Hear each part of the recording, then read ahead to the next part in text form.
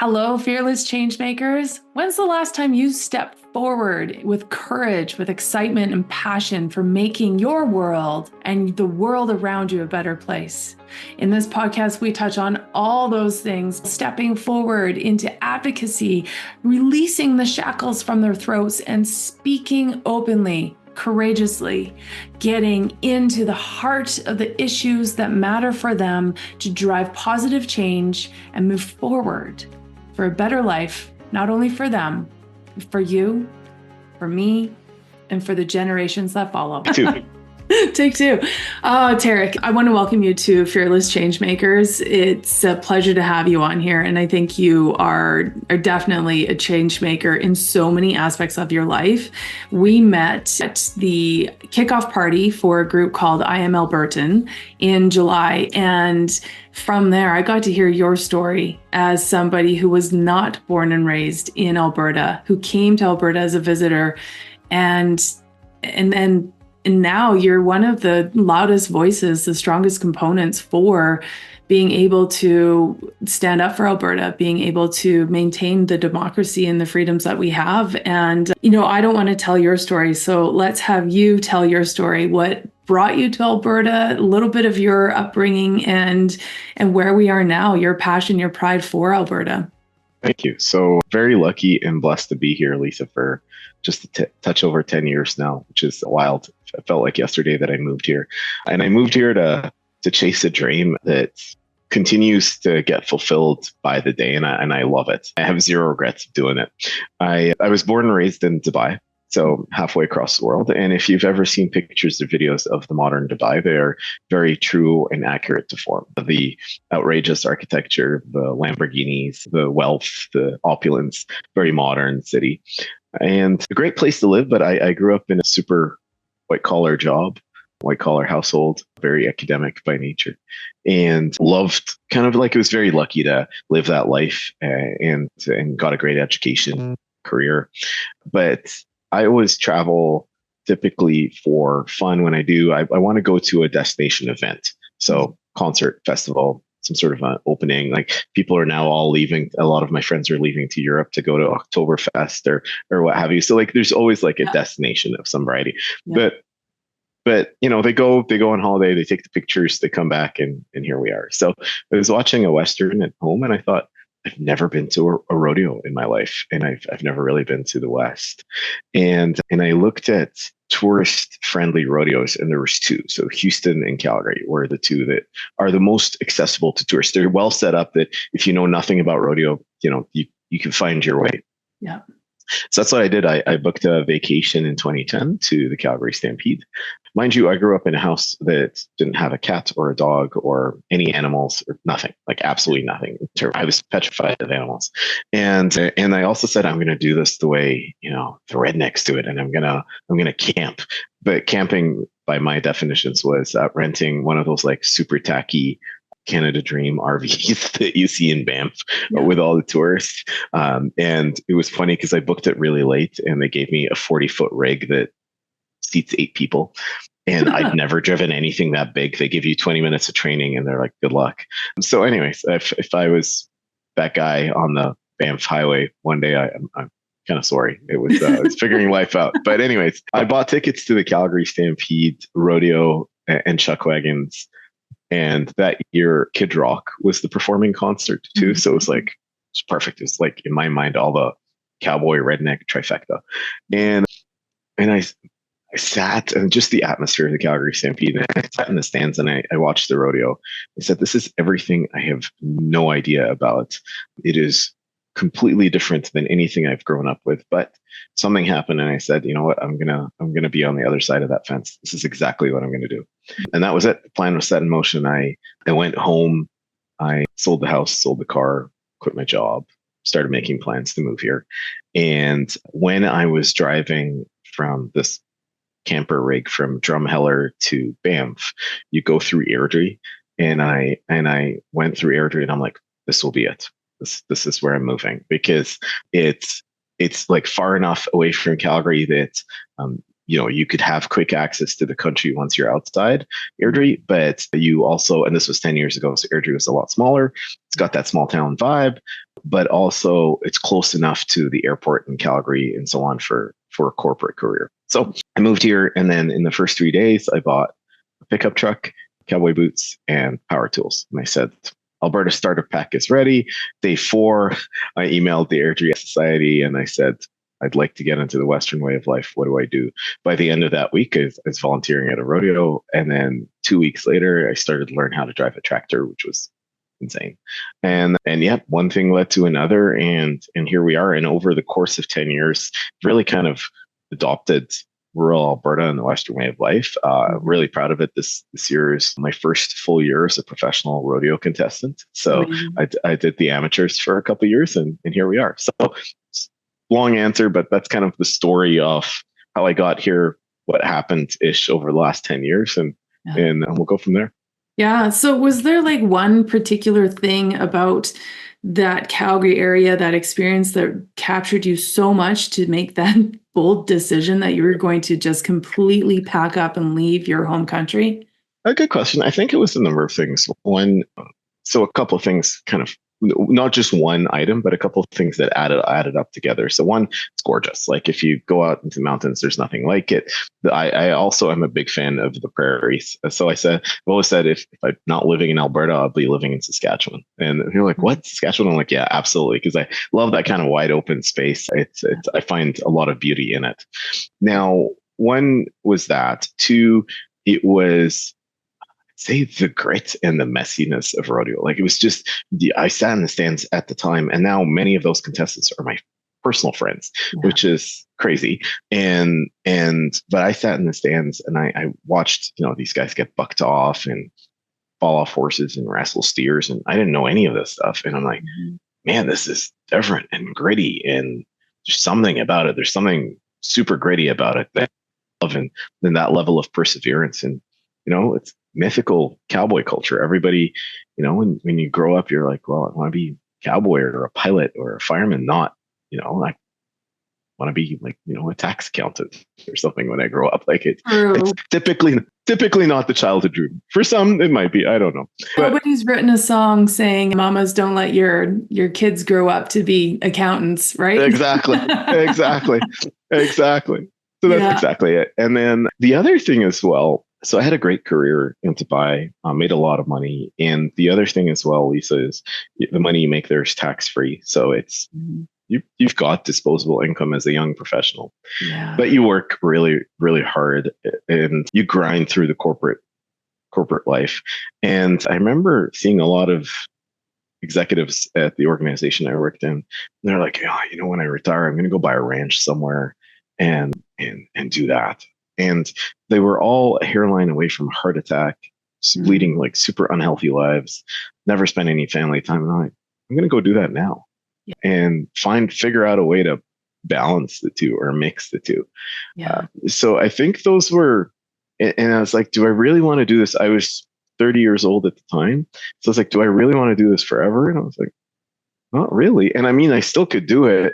I could still, obviously huge cultural differences in terms of lifestyle between my lifestyle today and my lifestyle in Dubai. But that being said, economically, they're very similar. They're both oil and gas economies. So it wasn't a gigantic leap that's what I do professionally. Like, again, I'm an engineer by education, and it's not a gigantic leap between the two oil and gas economies, but the lifestyle leap was gigantic. Like it was, I'd never, but the first animal to my name was a 1,200-pound horse. So good introduction. It was lots of fun. So yeah, hopefully that answers your question as to why. It totally does. Yeah. So, I'm for like born and raised Albertan, never been to Dubai, have only seen it in pictures or stories or movies and so forth. I mean, there probably aren't any ranches there to begin with. Are there? No. So, there is a big horse racing industry there, but it's think Kentucky Derby, super elite,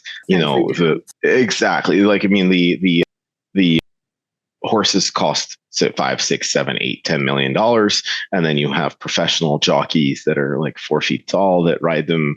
The jockeys don't own the horses. The owners never ride the horses, kind of thing. It's that, super elite horse racing level. But then in terms of like actual ranching, so where do you get your beef from? the vast majority of beef in the Middle East comes from Australia. So again, big ranching industry out there, and then it's shipped on live cattle liners and then processed in Dubai. So there is no real, it's the desert. Yeah. So you don't have a ton of ranching there by any means. No, I mean, it's pretty opulent and you can get access to any food or whatever beef you wanted to, because everything's flown in and imported. But in terms of lifestyle, you're not living cowboy in Dubai. No, not at all. And then like, just probably for you, I'm guessing here, but being able to insert your professional life, but also being able to be outside and operating and functioning with that connection to the land, connection to the animals. Was it a liberating feeling for you?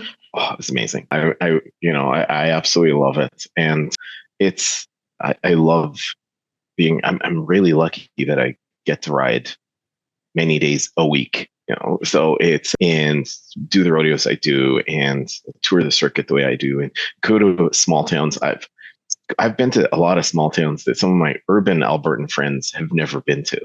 And I love that. And the best thing about it, Lisa, is I feel at home. I was just in my last rodeo of the season was Hannah, Alberta.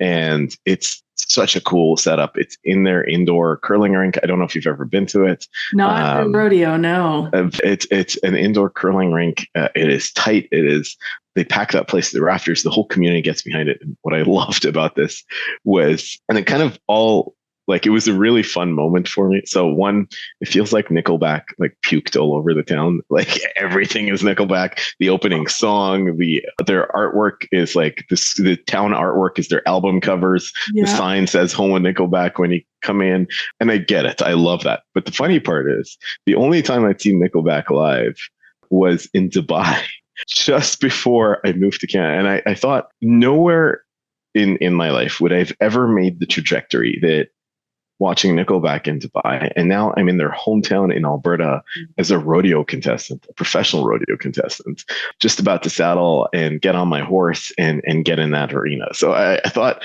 like, there's no way I could have ever made that link, but it was pretty fun. So I love it. I've twisted full circle, that one there. Yeah, I know, and and I mean, I know a lot of people, love the Nickelback jokes and like to hate on them. But I heard that expression somewhere. It's the most hated band people love, or something like that, or most loved band people love, or the band people love to hate, or something like that. Exactly. It's because they're local. They were doing so well that I would say probably Alberta more so, you couldn't avoid their music at one I believe it. Right? I believe it. That, I mean, it's like anything. If you could hear the best song in the whole world, but if you hear it too many times, I believe it. Like, I believe it. But I found it like kind of cheesy funny. The town is wonderful. Like, the people there, they were amazing to rodeo contestants. And again, we're their guests. But like the number of small towns I've been to, I was actually in the High River rodeo, and the High River Ag Society president, who I personally didn't know, came up and shook my hand behind the roping box and said, "Thank you for being here. We can't have a rodeo without contestants." And I'm like, look at that level of hospitality. Like, it's incredible. So yeah, the town the town folk, they were amazing. And they show up, they support, they volunteer, they buy tickets. The local businesses sponsor the rodeos. It was lots of fun. It was definitely, and it was a rodeo that I'd never even sat in the stands and spectated before. So everything was new. First time in town, first time in the arena. It was lots of fun. So. That's great. So with your professional rodeo circuit, in the professional circuit, where all do you travel? Great question. So on a CPRA permit card, I'm pretty much eligible for almost all rodeos in Canada, except one or two that are qualifiers, Ponoka being kind of the top of that list. When I get it, it pays $50,000. You got to be the best of the best to get there. Yeah. I want to get back there. I want to get there. It's a rodeo I've spectated at a few times, but it's one I definitely want to back in the roping box and have my name on the board there.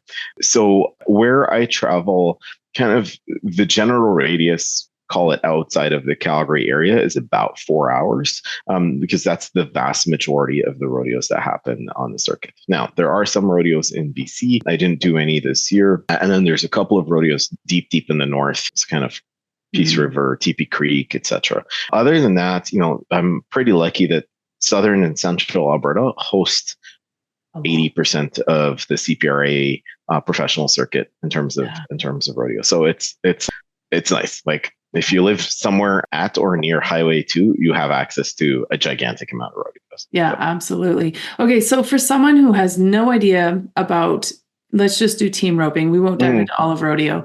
Someone who's listening and has no idea about team roping, can you like walk them through the listener or the newbies' Coles notes of what team roping is?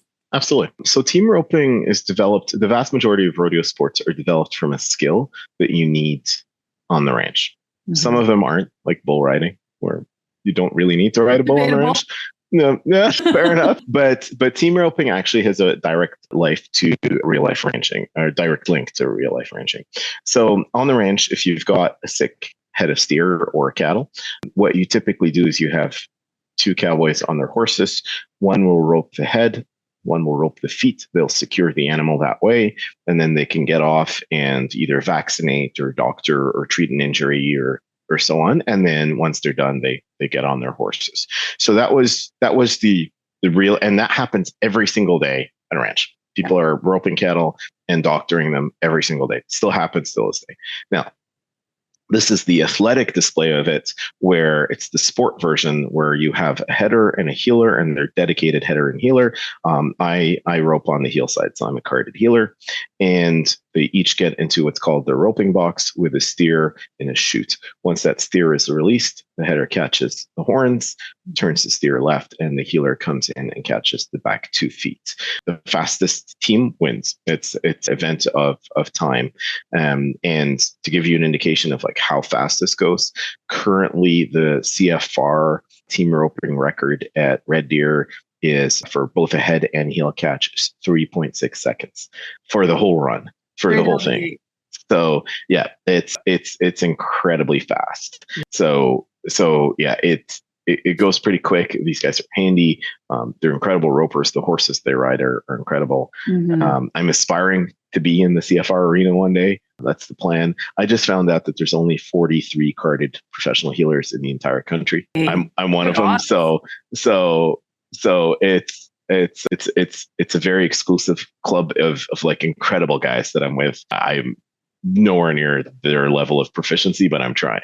So I'm trying to get there. So that's team roping in kind of a nutshell. That's awesome. And I think it's important, you touched on it a little bit, that rodeo, the entire history of rodeo was originally the way that the hired hand showcased their skills to be hired for a job through the summer, winter, whatever, at ranches across wherever you are. And this is all across North America and down into, you mentioned Australia, New Zealand as well. And it is not at all a made up sport. It is actually a profession that got turned into an enjoyment for people to watch, because that was community based as well. So the hiring rodeo would happen. Ranch rodeo is what, and we still host traditional ranch rodeos too, which if anyone can go watch those, do. Great. But then the community comes out to watch that ranch rodeo because that was your entertainment back in the day. Yep, absolutely. And the community gets behind it. And in addition to the actual like competition, you've got a fair typically, and local food and an exhibition on the side and local concerts and such. So it's a true community event, and it still happens that way. And I absolutely love it. For many communities in Alberta, that is the event of the year. Like the whole town gets behind it for that year, and there's a parade during the day and so on. So yeah, it's pretty cool. Yeah, it's amazing. And yes, you experienced the Calgary Stampede, but then to go and experience it in the small town scale, it has an entirely different effect as well, because it's 100%. Not all the show. It's the people of that community making something happen to celebrate the place that they live in and that they love. Absolutely. And Lisa, speaking of the Calgary Stampede, a lot of people, especially in the rodeo world, kind of look at it as being inauthentic because it's too glamorized and so on. And I sit on both sides of the fence. On one hand, it is for many folks, either tourists like I was at the time, or people from the city, or people from other parts of Canada. It is the only showcase, or the most accessible showcase, to Western lifestyle and Western sports. So I'm pretty grateful for it that way. What I think the Stampede is trying to do, though, and I don't know why, is they're trying to make it less and less Western, and make it more about the food or the fare or the music. And I'm like, to me, the Stampede will always be about the horse first, and everything else is ancillary to that. And I'd like it to stay true to its Western, equestrian, authentic heritage. To me, it's always about the horse. Yeah, I share your sentiments on that one for sure. It should always be back to, you always need to have a showcase and a respect on its originating effort. Mm-hmm. And if we start veering away, then we start just dissolving what it was and what it was originally created for. Agreed. It's not a dress up festival. Like it's truly an honor of Western heritage. I love that people that aren't from the Western community try to get into it, and that's okay. Yeah. Ultimately, if it wasn't for the Stampede, I wouldn't be here today. So I'm pretty grateful for it. I try to keep that side of Stampede, like for urban friends that go there, I'm like, don't just do the parties or the tents. Yeah. Make sure you get some form of an equestrian event. And there's so many of them. So there's the rodeo, there's the chucks, there's 100 different events at the Nutrien. Just go, make sure you see a horse in this process, right? Because it's really what this is all about. Absolutely. Absolutely. So let's dive into Alberta, because you got pretty involved politically at one point. Your voice matters more than ever. Fearless Changemaker Academy empowers individuals and business owners to shape a better future through bold, meaningful advocacy. Discover how to confidently stand for what's right, inspiring change for generations to come. Visit szabon.com to learn more. If I might be wrong, so correct me if I'm wrong. Go for it.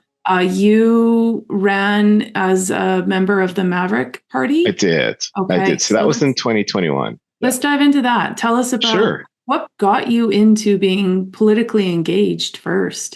Well, thanks for asking. So this might be a little bit different here than maybe a big cultural difference growing up here than in Dubai. Politics is kind of breakfast table talk at every family there. And if you look at a 90-minute flight radius out of Dubai, you've got Afghanistan, Somalia, Iraq, Iran, Israel, Yemen, Sudan. So every major modern war pretty much in the last 20 years has been in that area. So you're very politically involved.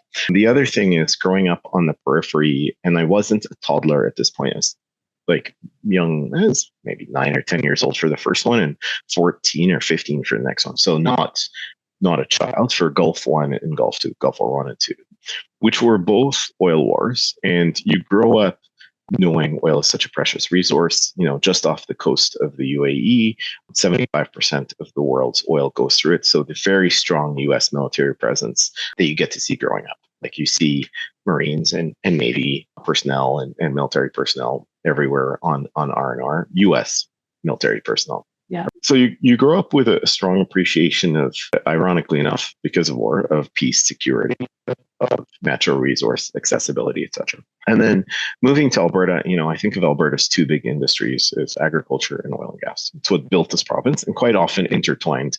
A lot of the original ranching families of southern Alberta were also wildcatters. They were the original oil families too, as well. And a couple of things, Lisa. One, when I first moved here, people were like, well, what's it like to work here versus the oil world? So not the ranching or rodeo world or so on.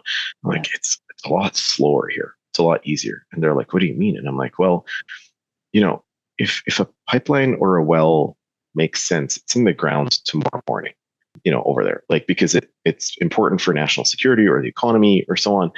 Whereas here, it's like a 10-year approval process, typically for a cross-border, to the point where the project no longer makes economic sense. Like this isn't 6 or 7 months. This is sometimes close to a decade.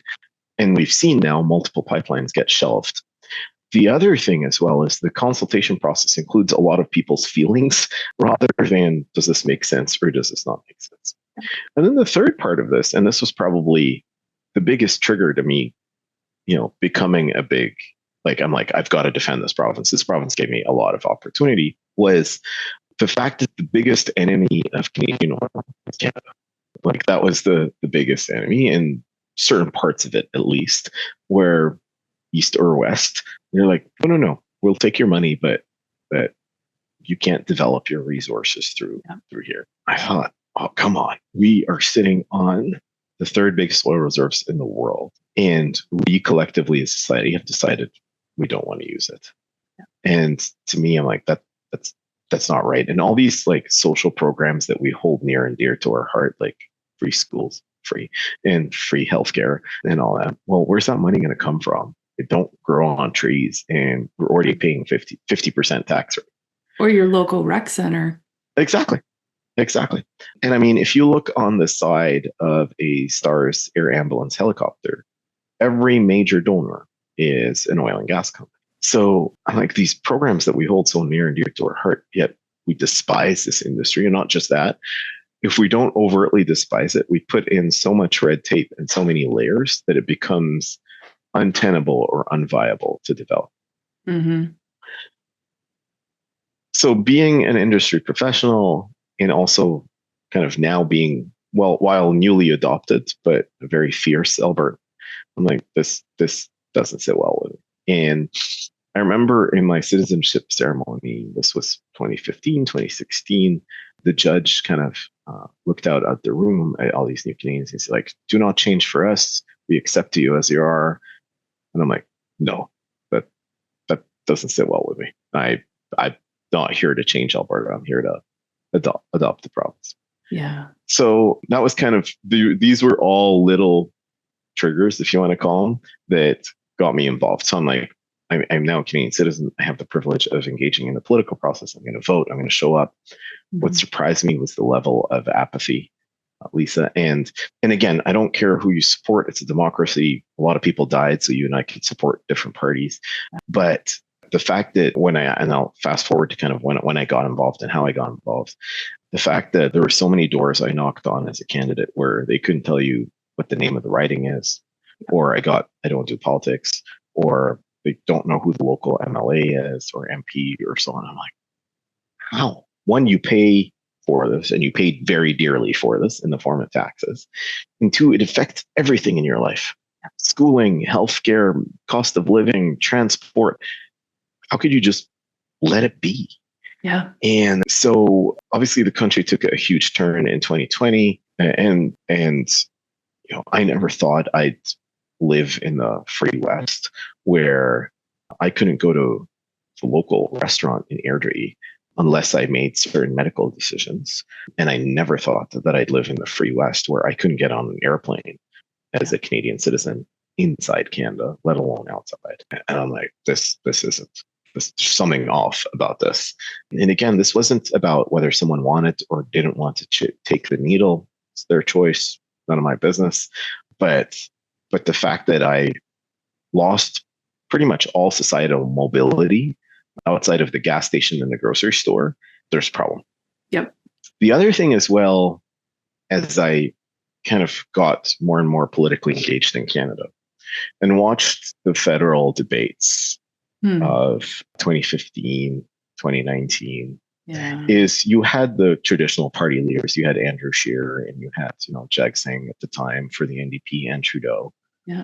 But there was one guy on stage who's ironically enough now in the news again, literally in the last 2 weeks. And it was Yves-François Blanchet, the leader of the Bloc Québécois. And he's like, I don't care which one of you becomes prime minister.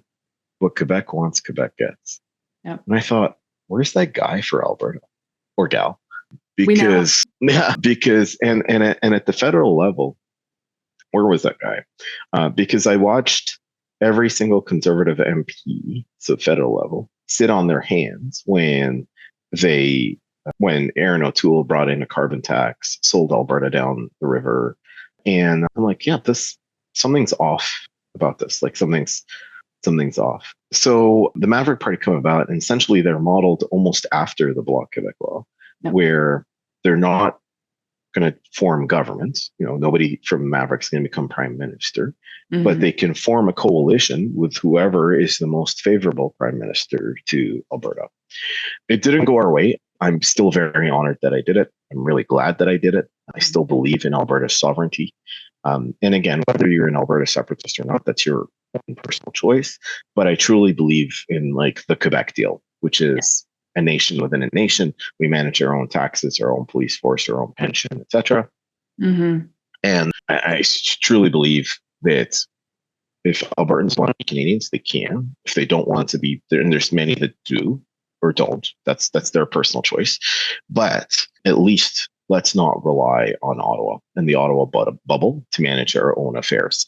I've been to Ottawa and I looked up at Parliament Hill. It's on 15 acres.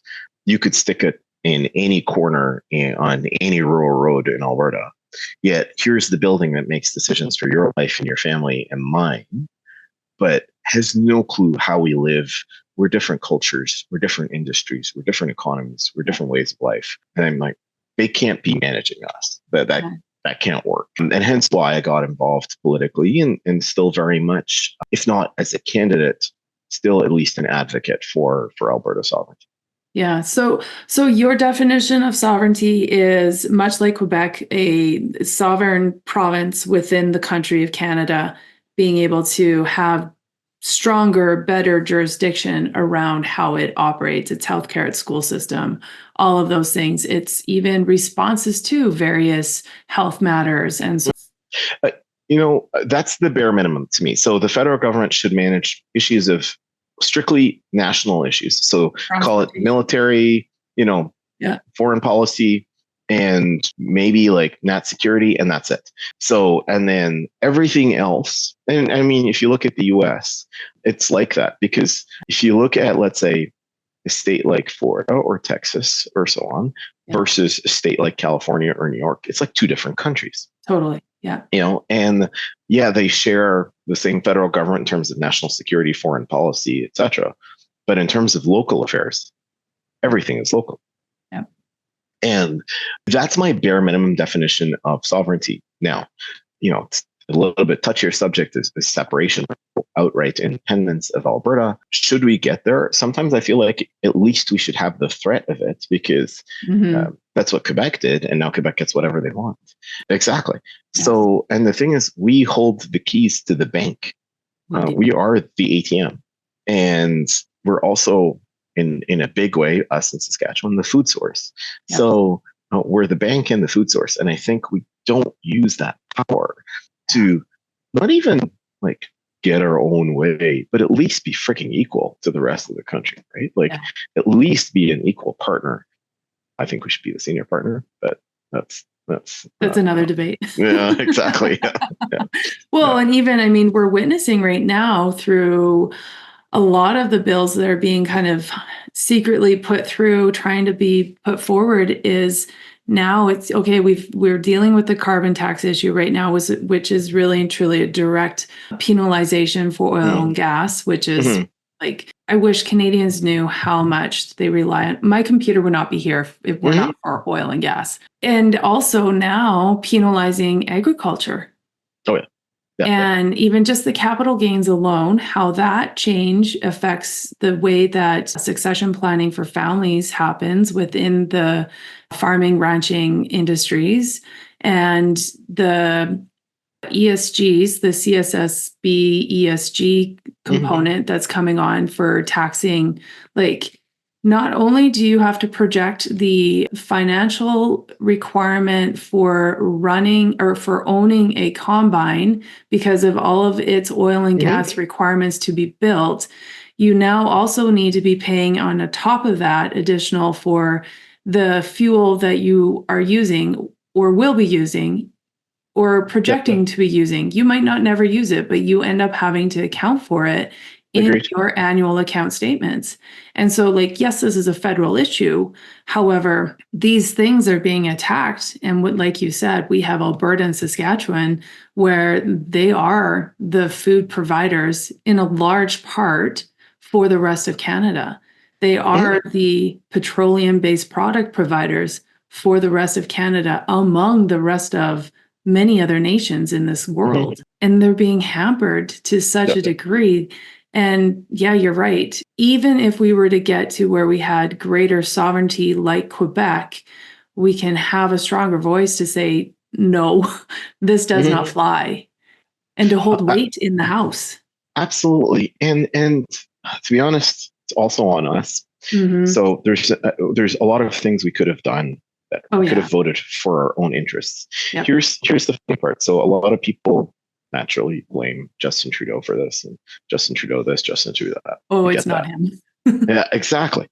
But the thing about it as well is, keep in mind, now he's getting into his third term. There are millions of Canadians that voted for a carbon tax, that voted for Justin Trudeau. Now, they're not you and I. They're not in Alberta.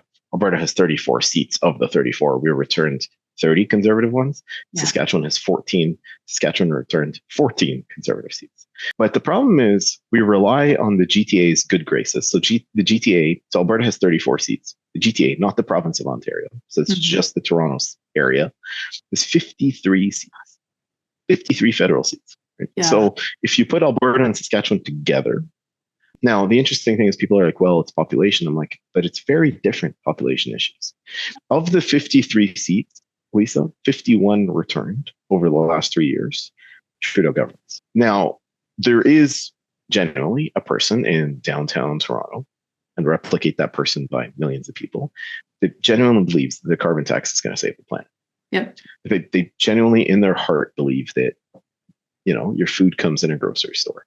Yep. And the funny part is, we tried the whole education route. Our oil is ethical, our oil is clean, blah, blah. We've tried that since the day I moved to Canada.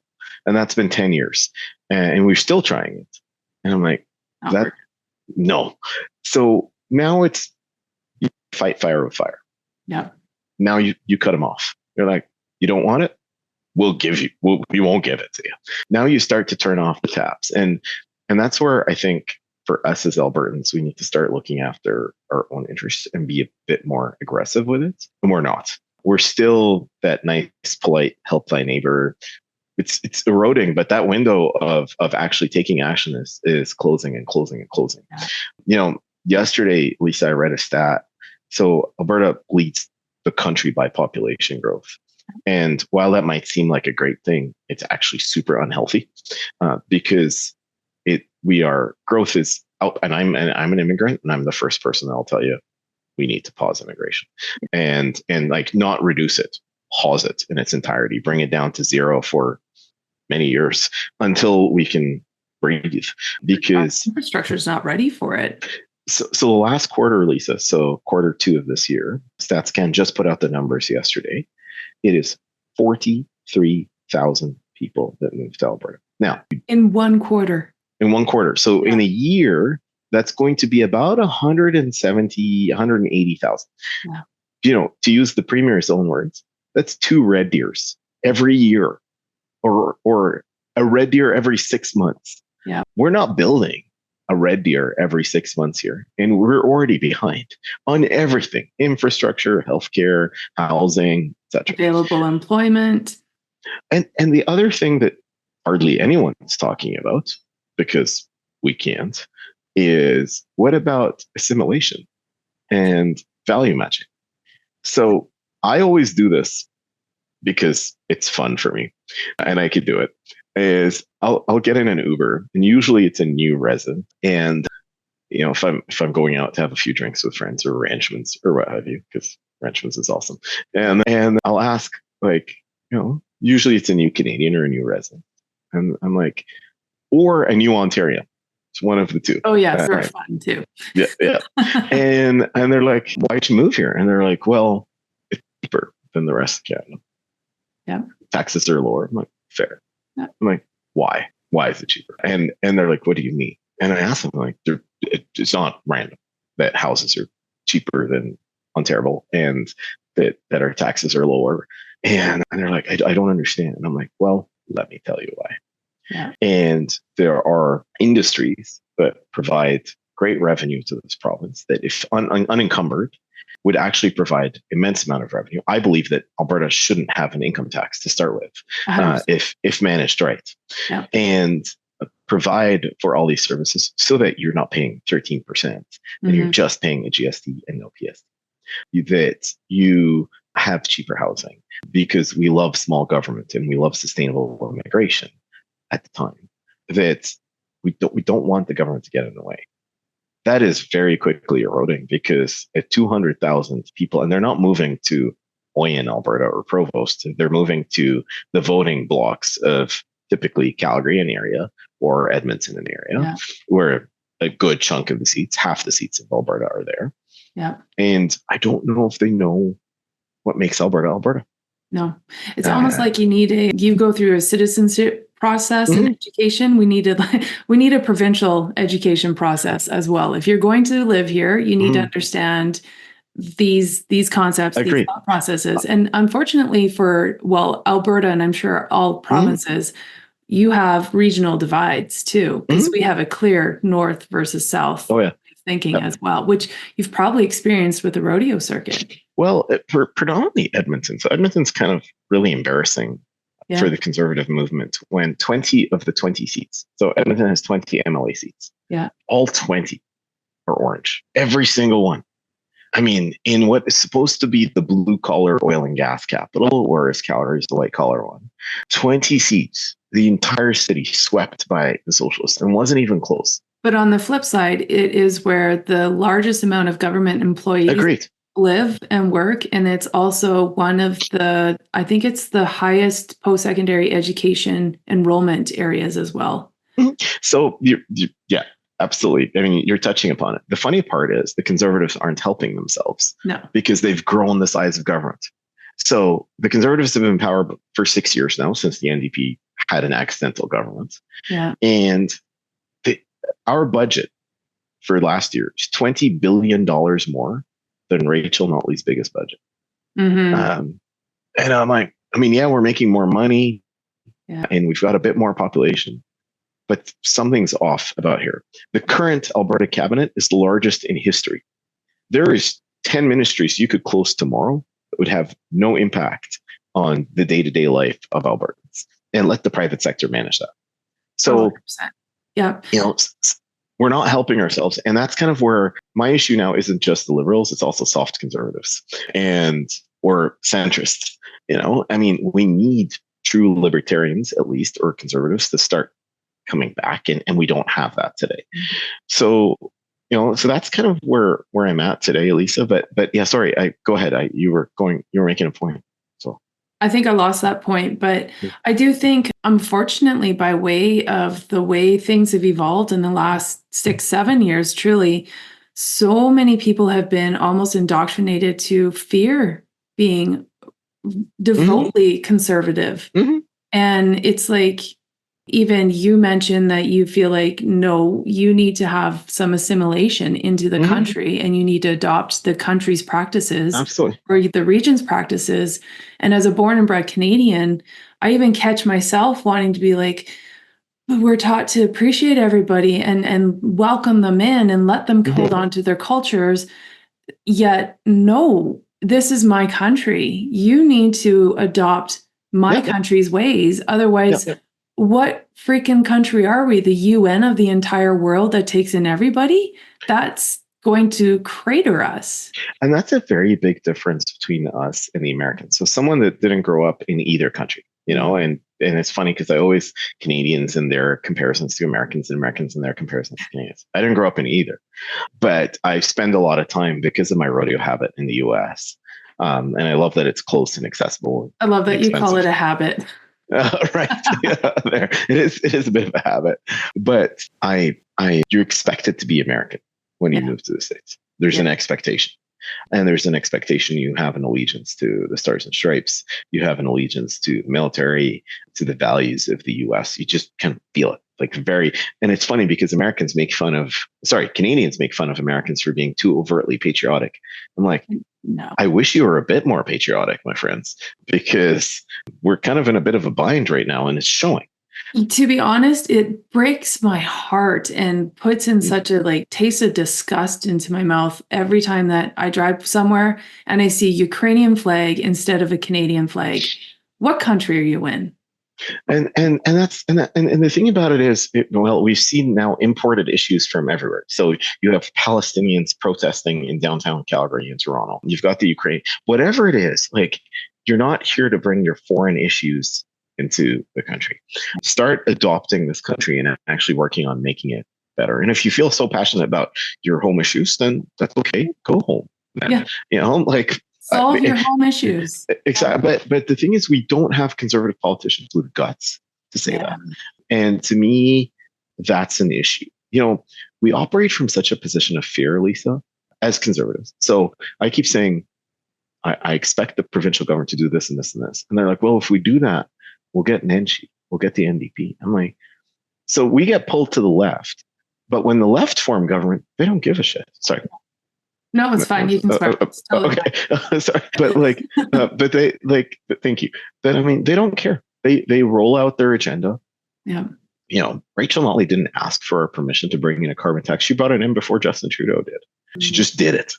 So, for example, on the pension plan right now, there is no legal requirement for Alberta to have a referendum or get the permission of the federal government to have its own pension. Yet, Danielle Smith is like, well, we got to go to a referendum. And the referendum was getting you elected, ma'am.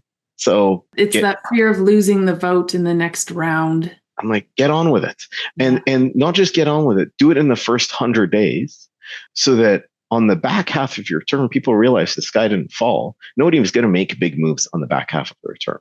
Mm-hmm. So the thing is, I want to see conservative leaders at the federal level and the provincial level with guts.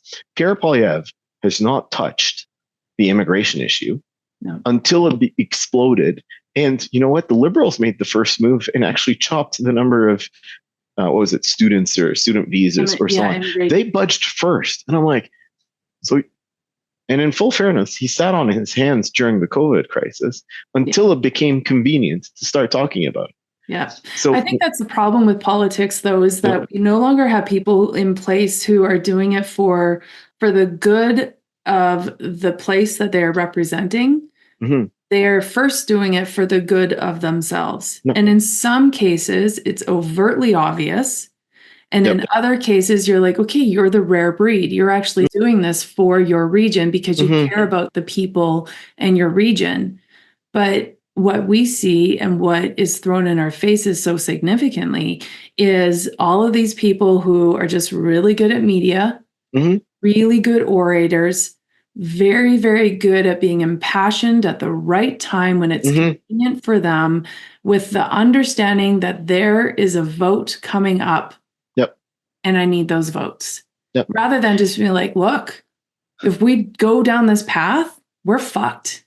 Yep. If we do this path, we might be a little bit better. It's probably not that good. If we do this one that is totally uncomfortable for a lot of people, it's actually going to set the country up even better for the next 2-3 generations to come. And nobody is governing with the thought of even the next generation, like our kids. We're only governing thinking about the here and now, but that's not politics. That's not governance. Governance is planning for the future. Because you can't fix the present. I completely agree, Lisa. And, we often, the Canadian public, especially here in Alberta, the easy target is Justin Trudeau. Yeah. But we are so low accountability on our own conservative politicians. Just because they wear a blue t-shirt. And the one thing I learned about running for office is mediocre is better than bad. So mediocre is enough. They aren't making things worse, but they're not fixing it. So that's okay. That's acceptable. And man, it irks me to no end.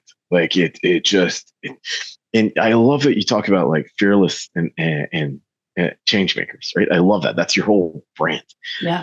We don't have fearless change makers at the political level, both sides. If anything, I mean, we have change makers on the left, not in the right way, but they bring in the change, right? They bring in the millions of immigrants. They bring in the high taxes. They bring in the 20% of the Canadian population now works for the public service. 20%. Insane. It's one of those things where even the conservative politicians aren't talking about reducing the size of the government now. Yeah. I believe actually Danielle has discussed it in the sense of it is a future plan, but with the knowledge that at the current state, there's a context to it that I'm missing, but it is a future plan to be reducing the size of government, but it's it has to hold off at this point in time. She said why, and I cannot remember why, but there's an awareness point there in terms of Canadian politics, federal politics. No, it's make it bigger because that's more votes in our pocket because it guarantees a job. Right. Well, how often are you going to screw the taxpayer? And here's the funny part is Canada internationally has this reputation of high taxes, but you get great services. You get free healthcare. I have a pact with my rodeo brothers. So my Nexus card lives in my truck. If I got an injury that I'm not dying from right away, put me in my truck and drive me to Montana because pull out the credit card. I don't care how much it costs. I will get quicker, faster, better access. Yeah. 3 hours this way than locally here. And the funny part, like the local ER room here in Airdrie, sometimes the wait time 6 hours. I could be in Montana seeing a doctor faster than that. So like medical tourism has become an industry for a reason. Yeah. And we export an untold amount. We already have two-tier healthcare. The boogeyman, right? Healthcare. We already have that in the form of those who can travel to either Mexico or Turkey or the US, getting these procedures done there. Rather than locally. So the funny part, I just learned this. You could pay for a hip replacement in Ontario as an Albertan because you're not considered a resident, but you can't get it as fast in Alberta. So we're exporting more dollars to Ontario. And it's something. It's not a small amount. It's something like $28,000, I think, for a replacement Canadian, but plus travel, plus. But we're really paying Ontario because they found the loophole where they can charge non-residents. It's all backwards. At least this is my favorite. Like when you talk about like Canadian trade issues, inter-Canadian trade issues. This is my favorite. We've got oil, you've got gas, natural resources.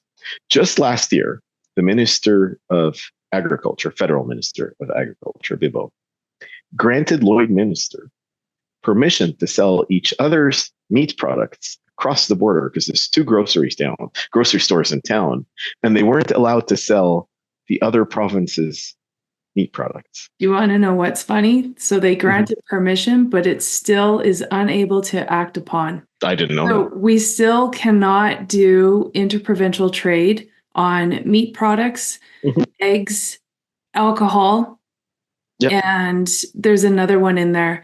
So like you can't sell to your fellow citizen, your fellow national citizen, a product that yet I could be on a holiday, driving it across the province, delivering it at my friend's house while there's an e-transfer over to my bank account that is in Alberta. Like, Agreed. There's no bigger trade enemy of Canada than Canada. Yeah. Like, and there's solvable issues. Oh my God, it's so easy.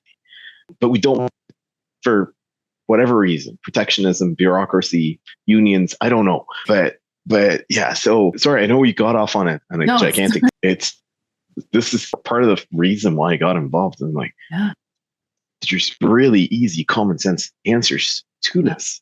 And also the other thing is I don't operate in a position of like, well, these things take time. Government moves slow.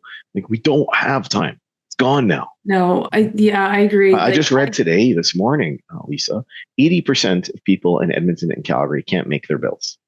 Like we're struggling to make their bills. 80%. Well, and yet we, a big part of that is we keep growing government. We keep growing red tape and it's wild. Yeah. If we would solve a lot of our issues, if we would allow churches to open up soup kitchens again and community programs to start feeding and supporting the fellow man, but we're hampered by health services red tape. And like no one is out there intentionally trying to get anybody sick. We know how to do these things. We know how to do them right. We've been doing them for hundreds of years. And then government somewhere stepped in and said, oh, no, you have to file out all the forms and fill out the paperwork and you need 30 days and an inspector has to go through. And we just need to slow it down by way of what? Justifying someone's job? It's so frustrating. Yep, agreed. So yeah, I think, on the upside, there's a lot of potential for those with a spine. Yeah. The fearless folks. And I think people need to be comfortable speaking their minds. Yeah, it's a free country somewhat. I agree. And I think for us, that's where our role is being the ones leading by example, showing like, if you approach it properly and aren't screaming obscenities at the other person, and you're just coming from a place of curiosity, you with the Uber driver, why are you here? Then you start opening up that dialogue, and you can get them comfortable and give them permission to start saying the same things and asking the same questions and being open. I mean, 30 years ago, you could sit around a table with people who were avid supporters of every single political party and have a really good conversation and walk away shaking hands and saying, we'll see you tomorrow morning.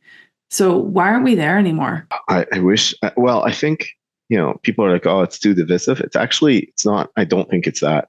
I think we've lost courage. And we've lost courage to speak our minds. Yeah. And that's a problem. I'm like quite unapologetically an Alberta sovereigntist. And on all my rodeo shirts, I wear exclusively the Alberta flag. That's by design. So I'm pretty proud. When I'm rodeoing in the States, where are you from? I'm from Alberta. Yeah. And I'm pretty proud of that. Like, I'm pretty proud of the province. And I think that the OG Alberta values of grit and of perseverance and connection to the land and community and respect and small government and not wanting a handout. It's who we are. And I think of the original wildcatters or the original ranchers. Like, they didn't have the technology we have today for ranching. They didn't have the oil and gas technology we have today. And they freaking got it done. Where's that spirit today? Yeah. And it worries me, Lisa. It really does, because I've been here 10 years and it's shrunk. Yeah. So where is it? And it's not just about protecting it now, but it's about exploding it. It's like really growing it and getting it kind of into explosive growth. Yeah. And we're not going to do this with mediocre politics. We're not going to do it with mediocre government. We're not going to do it with mediocre society. We've got to be freaking bold again. Yeah. We got to get there. And I think you made a really good point that it actually comes from the people. And it's first, instead of having that nationalism concept, regionalism concept, be proud of the region you're in, be proud of the province you're in, and celebrate that, scream it off the rooftops. And that is a safe way to start getting that rolling again and realizing, like, if you're going to live here, you got to be damn proud of it. Agreed. And know why you live here. So you talk about the citizenship test and moving to Alberta. I half joke about this. Part of your move to Alberta package should be a tour of an oil rig or a site and a tour of a rodeo. And then you understand what built this province. And the funny part is, a lot of private money can put that up. So, the government it's not yet again on the taxpayer, where an oil company should be proud to say, hey, we're offering tours to new Alberta residents to our sites so they understand what we do, how we do it, and how we contribute to the fact that this well eventually leads royalties that pay for school, a hospital, a road, what have you. So I think here's the funny part. And you and I were at the same event and at the Albertan launch. And John, who's one of the leaders there, and he said it really well. And I experience this because I go there a lot. But if you were blindfolded and dropped in a place somewhere in the United States and that blindfold was taken off and you were dropped in Texas, it would take you all of 10 minutes to know you ended up in Texas, if not less. Yeah. You just know that you ended up in Texas. It's the culture, it's the people, it's the pride, it's the overt Texanness of Texas. I feel like if you were dropped in Alberta today versus 10 years ago versus 30 years ago, it might take you a little bit longer to figure out you were in Alberta.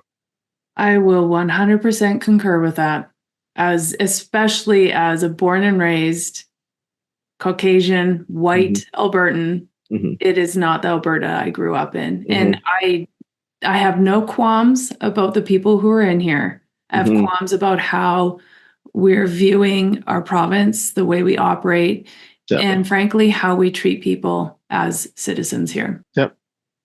Agreed. It's become, We're becoming generic.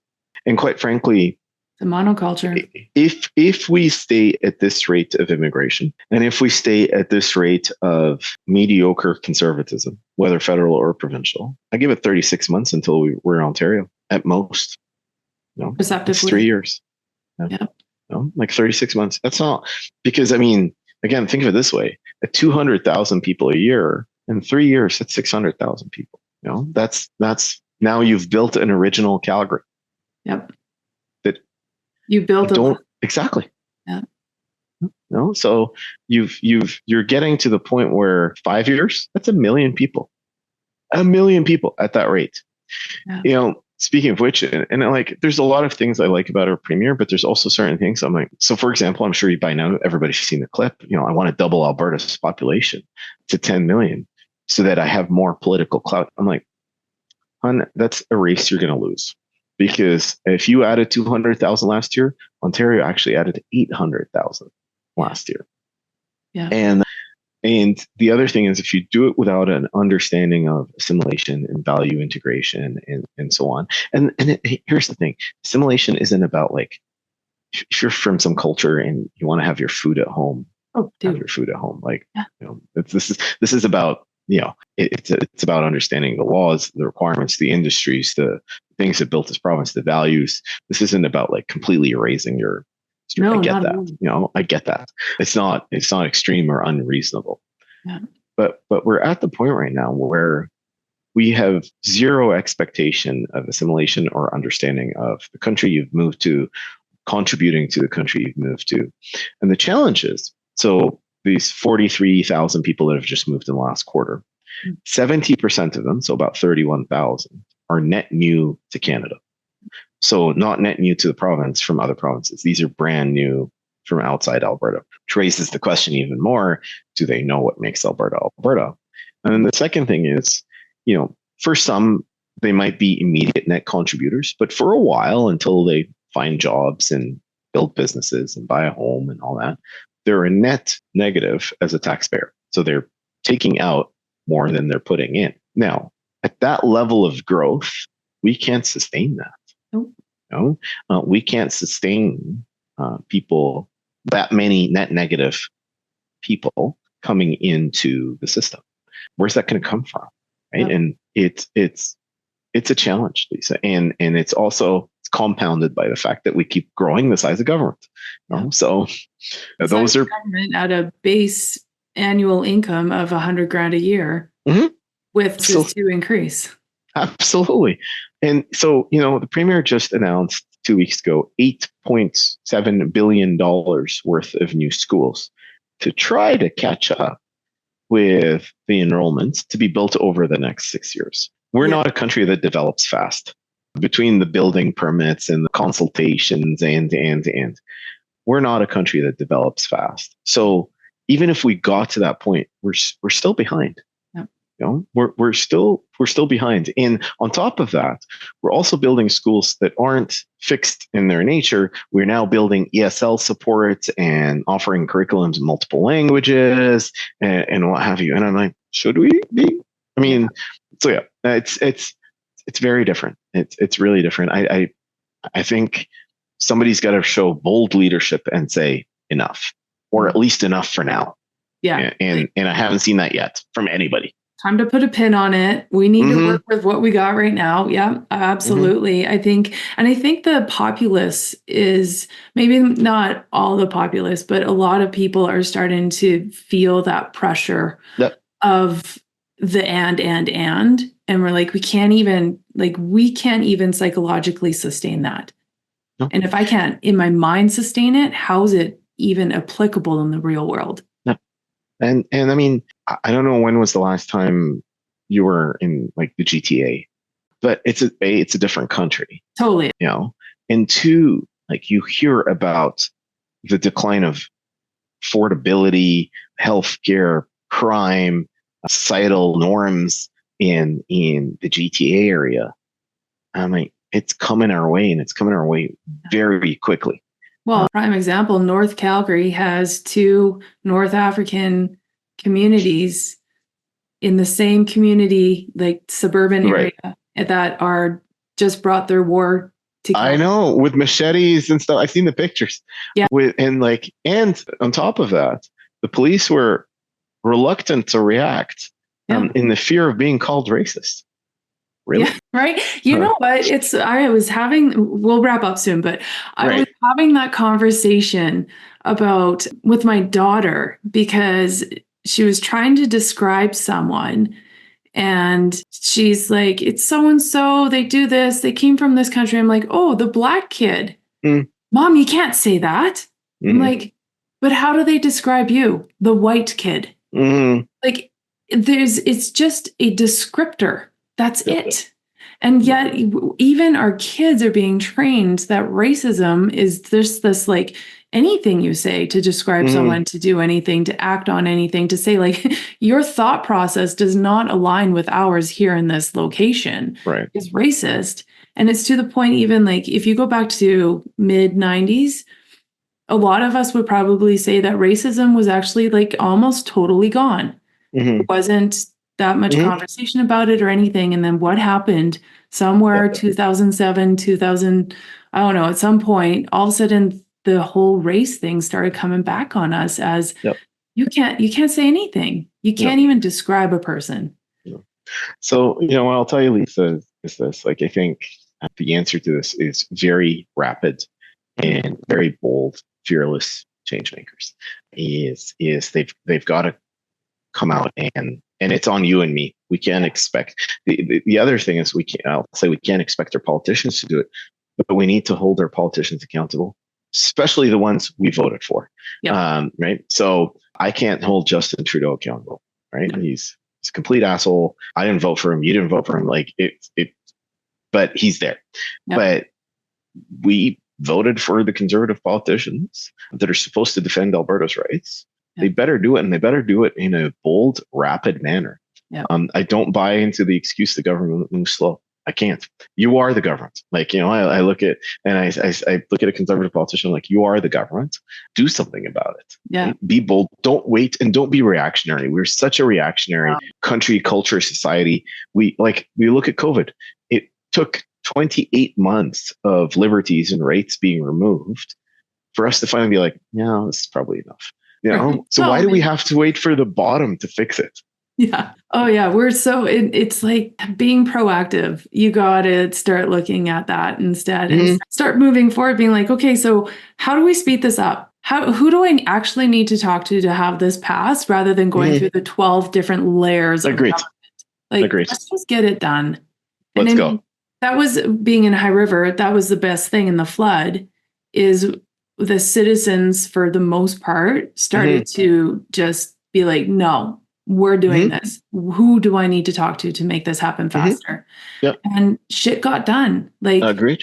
Oil and gas. We had one guy, he lives here, grew up here. He called his giant oil and gas pumps down to start pumping water out. He's like, I don't care. I'm driving through the gates. We're pumping water out because that's what needs to be dealt with. It's that Alberta attitude of like, and that's how it should be. And I look forward to the day that it returns. And I think I think it will. It's just, agreed. We got to just own that dial, right? We got to own it and be proud of it. Like, it's funny you describe that expression. There's a couple of like super Berta expressions, like, get her done. But one I like is like, fuck it, she'll go, buddy. Like, it'll go. Like, just, And, let her rip and let's see. Exactly. Yeah, exactly. Yeah. Exactly. This has been fabulous. Thank you so much. Oh, you're amazing. Yeah. Thank you. Really appreciate it. So my pleasure. Good luck with your mission and continue. Thank you. And especially, you're the king of manifestation, clearly. So you are going to be at the CFR and you are going to be on that top pro card because, you've manifested everything else that you're doing right now. So. Thank you. Pretty lucky. Pretty blessed. Thank you very much. Thanks, Lisa.